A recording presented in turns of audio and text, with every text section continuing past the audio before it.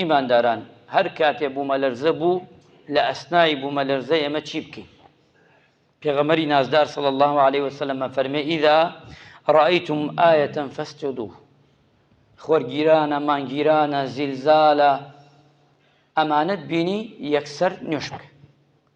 ابن عباس ڕەضا و ڕەحمەتی خوای لێبێ ئەمەی جێبەجێ کردو واتە چی بکە؟ ڕاستە و خۆ سوژدە بەرە یان نوێشکە. ئەمە فریاتەکەوێ لەو کاتە بە سوژدە و نوێش خوای گەورە ئەو زیلزالە یەواش یەواش بە ئیزنی خۆی کەم دەکاتەوە.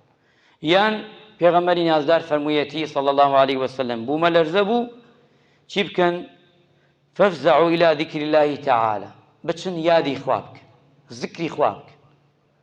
سبحان الله والحمد لله ولا إله إلا الله هەموو ذکرەکانی تر ئیتر کامی دەکی.